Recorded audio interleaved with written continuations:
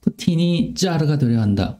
러시아 대통령 푸틴이 시민들의 자유를 억압하며 권력을 남용하자 푸틴이 짜르가 되려 한다는 비판이 계속되어 왔습니다.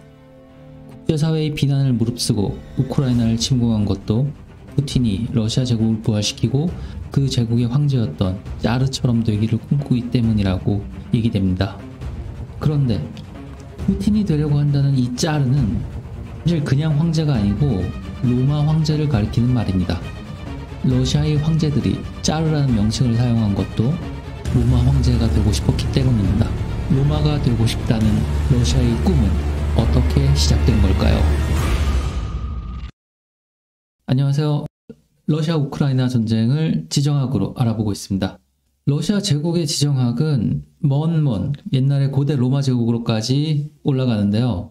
러시아 얘기하는데 무슨 로마냐 그렇게 생각하실 수도 있어요. 그런데 서양 역사가 다 그래요. 서양 국가들은 다 로마의 후예다. 로마의 후예가 되려고 한다 라고 생각하시면 이해가 쉬워져요. 아시다시피 로마는 거대한 제국을 건설했잖아요. 그 영광이 너무나 대단했기 때문에 이후에 유럽의 모든 제국들은 스스로를 로마의 후예라고 자처하면서 자신들의 정통성을 주장을 했던 거죠. 이거는 우리나라 고려 생각하시면 돼요. 그 왕건이 나라를 세울 때 나라 이름을 고려라고 지은 것도 고려가 고구려에서 나온 말이잖아요. 그러니까 옛날에 강성했던 그 고구려를 생각을 하면서 그런 나라를 만들겠다라고 이름을 그렇게 지은 거죠.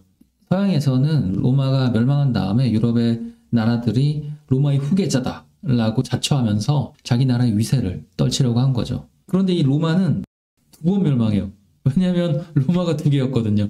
기원전 753년에 로마가 건국이 되었고요. 계속 발전을 하다가 영토가 아주 크게 팽창하니까 기원 후 395년에 제국을 동쪽과 서쪽으로 이렇게 나눠버려요. 그래서 서로마, 동로마가 생긴 거죠. 그러다가 476년에 서로마 제국은 멸망하고요. 그런데 다른 로마, 동로마 제국은 서로마 제국이 멸망한 다음에도 1000년이 더 유지가 돼요. 그래서 동로마 제국은 1453년까지 이어집니다. 이 동로마 제국이 흔히 들어보셨을 비잔틴 제국이에요. 사실 비잔틴 제국의 사람들은 자기 스스로를 비잔틴 사람이라고 생각 안 했어요. 그렇게 부르지 않았어요. 그 사람들은 자기 나라를 그냥 로마라고 생각하고 자기들은 로마인이다 라고 생각을 했거든요. 비잔틴이라는 말은 나중에 근대에 와서 이 동로마 제국을 구분하기 편하라고 비잔틴 제국이라고 부른 거고요. 그 전에는 예전에는 그냥 동로마로 스스로는 생각을 했던 거죠. 이런 비잔틴 제국, 동로마 제국이 1000년 동안 유지가 되는데요. 그 사이에 서유럽에서는 로마 교황청을 중심으로 하는 카톨릭 세력이 교세를 확장을 합니다. 이 카톨릭이 우리가 흔히 말하는 천주교죠. 개신교랑 비교해서 구교라고 불리기도 하죠. 그렇게 서유럽에서는 카톨릭 문명, 카톨릭 문화가 발전하고 동로마에서도 기독교가 계속 이어져요. 기독교는 기독교인데 서유럽의 기독교랑 그러니까 로마 카톨릭이랑은 좀 다른 형태의 기독교이죠. 이거는 왜 그렇게 됐냐면 11세기에 완전히 갈라졌기 때문에 그래요. 신학적인 입장이 달라지다 보니까 아예 분열을 하게 된 거죠. 그러면서 동로마 제국에서는 서유럽의 카톨릭과 비교해서 내가 바로 정통이다, 정통성이 있다 라는 의미에서 자신들의 교회를 정교회라고 부르게 됩니다. 영어로는 오소독스라고 하는데요. 오소독스란 말 자체가 진짜의, 정통의라는 뜻이라서요. 그렇게 동로마 제국은 기독교 가운데 정교회 운명이 되는 거죠. 그럼 이 정교회는 또 왜 러시아랑 연관이 될까요? 이건 동로마 제국의 멸망과 연관이 있습니다. 동로마 제국, 비잔틴 제국은 1453년에 멸망하는데요. 어떻게 멸망하냐면요. 동쪽에서 이슬람 세력이 이렇게 몰려오는 거죠. 당시 이슬람 제국은 전성기에 들어서고 있었고요. 그에 반해서 동로마 제국은 이탈리아에서 시작된 로마에서부터 시작하면 2000년이고 콘스탄티노플이 등장한 걸 생각하면 1000년이 넘었으니까요. 1000년 정도 지났으면 이제 나라가 망할만 하죠. 그래서 구군이 다해서 동로마 제국은 점점 쇠약해져 가고 있었고요. 그런데 이 망해가는 동로마 제국의 마지막 희망은 바로 황제였던 콘스탄티누스 11세였습니다. 이 콘스탄티누스 11세는 상당히 뛰어난 인물이었다고 알려져 있어요. 군사적으로나 행정적으로도 이 국가 운영을 잘했고 또 인품까지 뛰어나서 많은 사람들의 존경을 받았다 그래요. 그래도 황제 한 명이 뛰어나다고 해서 제국의 몰락을, 망해가는 제국을 부활시킬 수는 없었던 거겠죠. 동로마 제국은 제국의 수도였던 콘스탄티노플, 지금의 이스탄불이죠. 콘스탄티노플이 함락되면서 동로마 제국은 멸망하게 됩니다. 사실 로마 제국에는 저주 같은 예언이 하나 있었는데요. 제국을 건국한 첫 번째 황제와 같은 이름을 가진 황제 때 멸망한다는 예언이 있었어요. 서로마 제국이 딱 그랬거든요. 서로마 제국은 475년에 멸망했는데요. 이때 마지막 황제가 로물루스 아우구스투스였어요. 그런데 기원전 753년에 로마를 처음 건국한 사람이 바로 로물루스였거든요. 그리고 로마가 처음에는 왕국이었다가 공화정이 되고 공화정이 나중에 제국으로 체제가 변하는데 제국이 되면서 첫 번째 황제였던 사람이 바로 아우구스투스였어요. 그런데 마지막 황제의 이름을 로물루스 아우구스투스라고 지었으니까요. 이거는 두 개가 겹친 거잖아요. 망하라고 이름을 지은 건지 아무튼 결국 이제 예언이 맞아 들어가서 로물루스 아우구스투스 때에 서로마 제국은 멸망을 하게 되었고요. 근데 이게 신기하게도 동로마 제국에도 맞아 들어가요. 말씀드렸듯이 동로마 제국의 수도는 콘스탄티노플이에요. 이 도시는 기원은 330년에 로마 황제였던 콘스탄티누스 1세, 콘스탄티누스 대제라고도 하는 콘스탄티누스 황제가 이 도시를 새로운 수도로 정하면서 개발이 돼요. 그러니까 콘스탄티누스가 만든 도시라서 콘스탄티노플이라는 이름이 붙은 거죠. 그리고 콘스탄티노플이 만들어지면서 동로마가 형성이 된 거니까요. 동로마 제국의 첫 번째 황제는 콘스탄티누스 대제라고도 할 수 있는 거죠. 그런데 동로마 제국의 마지막 황제는 말씀드렸듯이 콘스탄티노스 11세거든요. 뭐 누스 이런 건 그냥 어미고요. 1세, 11세 같은 거는 이름이 같은데 반복되니까 구분하려고 숫자를 붙인 거예요. 그러니까 동로마 제국의 마지막 황제의 이름도 동로마 제국을 건설한 첫 번째 황제의 이름과 동일한 콘스탄티누스였던 거죠. 뭐로 이렇게 이름을 지었는지 모르겠는데 어쨌든 불길한 예언대로 동로마 제국은 콘스탄티누스 11세 때 멸망을 하게 됩니다.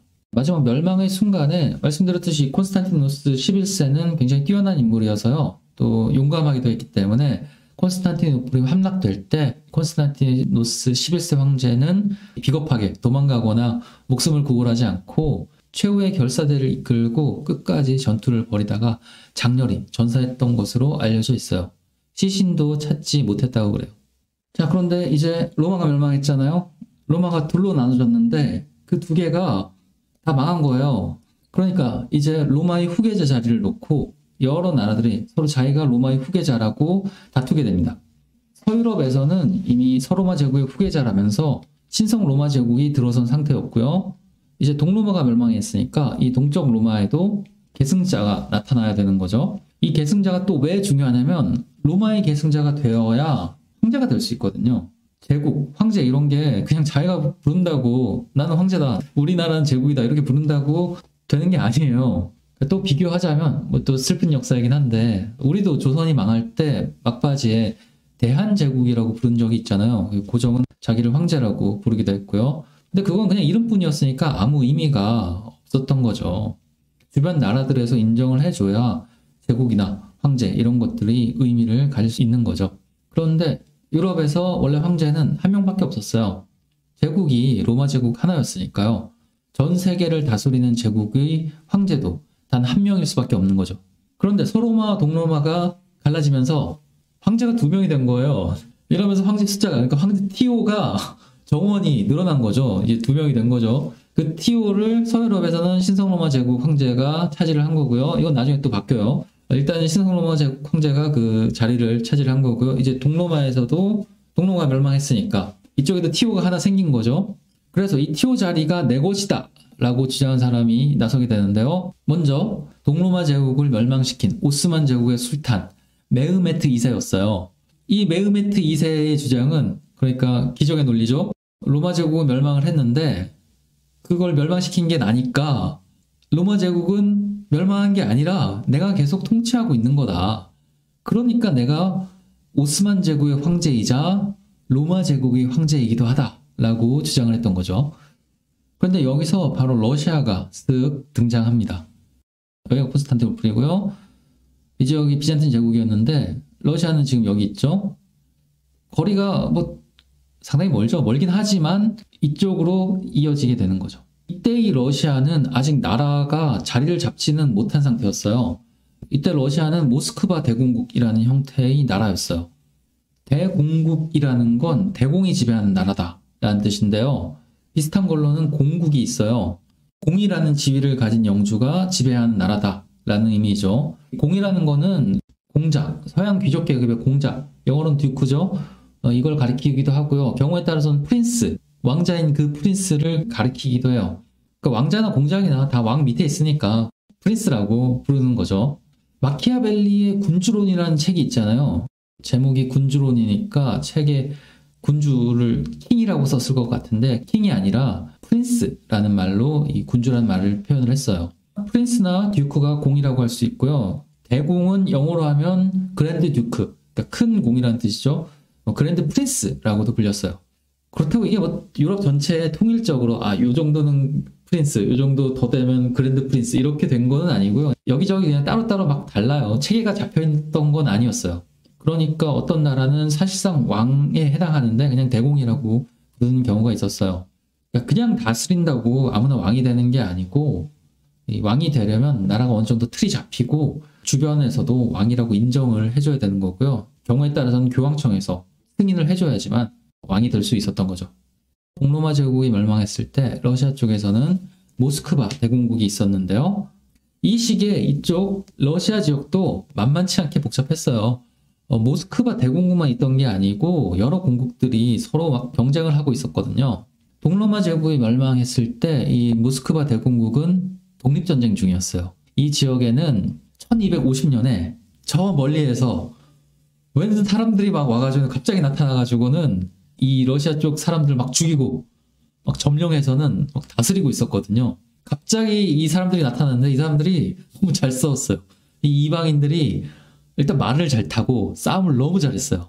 당해낼 수가 없었어요. 동쪽에서 갑자기 말 타고 나타난 이 이방인들, 바로 몽골인들이었습니다. 지금의 러시아, 우크라이나 일대에 몽골인들은 킵차크칸국이라는 나라를 세웠는데요. 이 킵차크칸국이 동유럽 지역을 말하자면 식민지처럼 지배하고 있었던 거죠. 모스크바 대공국은 다른 공국이랑 경쟁하면서도 또 이 킵차크칸국의 지배에서 벗어나려고 노력하던 상황이었어요. 이 모스크바 대공국이 발전해서 몽골인들 몰아내고요. 다른 공국들을 다 흡수해버리고 결국에는 러시아 제국이 되었고요. 나중에 소련이 되었죠. 지금은 다시 러시아가 되었죠. 그런데 이 과정, 모스크바 대공국이 발전하는 과정에서 동로마 제국의 멸망이 큰 영향을 미칩니다. 그것도 무슨 소리냐 하실 수 있는데 이게 다 지정학이라는 게 물리적인 지형 이런 것만으로 설명이 안 되기 때문에 그래요. 말씀드렸듯이 다른 나라들이 인정하고 승인하는 것이 굉장히 중요해요.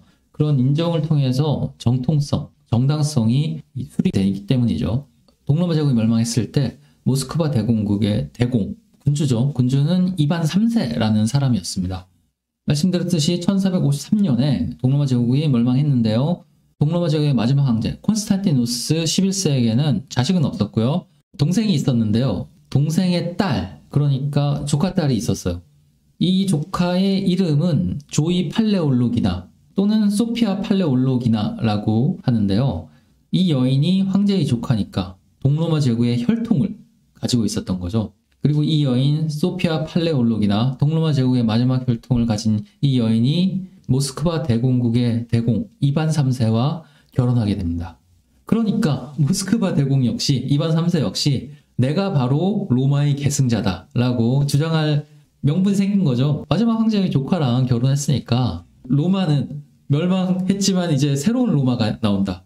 로마 제국의 명맥이 모스크바 대공국으로 이어진다 라고 주장을 했던 거죠. 그러면서 이반 3세는 모스크바 대공국을 제3의 로마다 라고 주장하기도 합니다. 이 논리에 따르면 첫 번째 로마는 물론 이탈리아의 로마고요. 그런데 서로마 제국 멸망했으니까 그 다음에 두 번째 로마가 있는데 그 로마는 동로마 제국, 콘스탄티노플을 중심으로 한 동로마 제국이었다는 거죠. 그런데 이제 동로마 제국까지 멸망했어요. 그러니까 세 번째 로마는 바로 동로마 제국 마지막 황제의 조카딸과 결혼한 내가 있는 모스크바 대공국이다 라고 주장을 한 거죠. 그렇게 로마 제국의 정통성이 모스크바 대공국으로 이어져 왔다는 얘기예요. 이 시기부터 이반 3세는 스스로를 더 이상 대공이 아니라 황제라고 내세우게 됩니다. 그래서 러시아 말로 황제를 가리키는 짜르라는 용어를 사용하게 된 거죠. 이 짜르라는 말 자체도 그냥 러시아 말이 아니고요. 원래부터 러시아 말이었던 게 아니고 라틴어의 카이사르라는 말에서 나온 말이에요. 카이사르는 바로 율리우스 카이사르, 영어로 하면 줄리어스 시저인데요. 그 브루투스한테 칼 맞은, 브루투스 너마저 했던 그 사람이에요. 그 카이사르인데, 줄리어스 시저이죠. 이 사람인데, 카이사르라는 말은 이 사람 이름이기도 하면서 이 카이사르가 사실상 로마 제국의 첫 번째 황제였기 때문에 라틴어에서 카이사르라고 하면 그냥 황제를 가리키는 말이기도 해요. 그래서 모스크바 대공 이반 3세가 자기 자신을 짜르라고 불렀던 건요.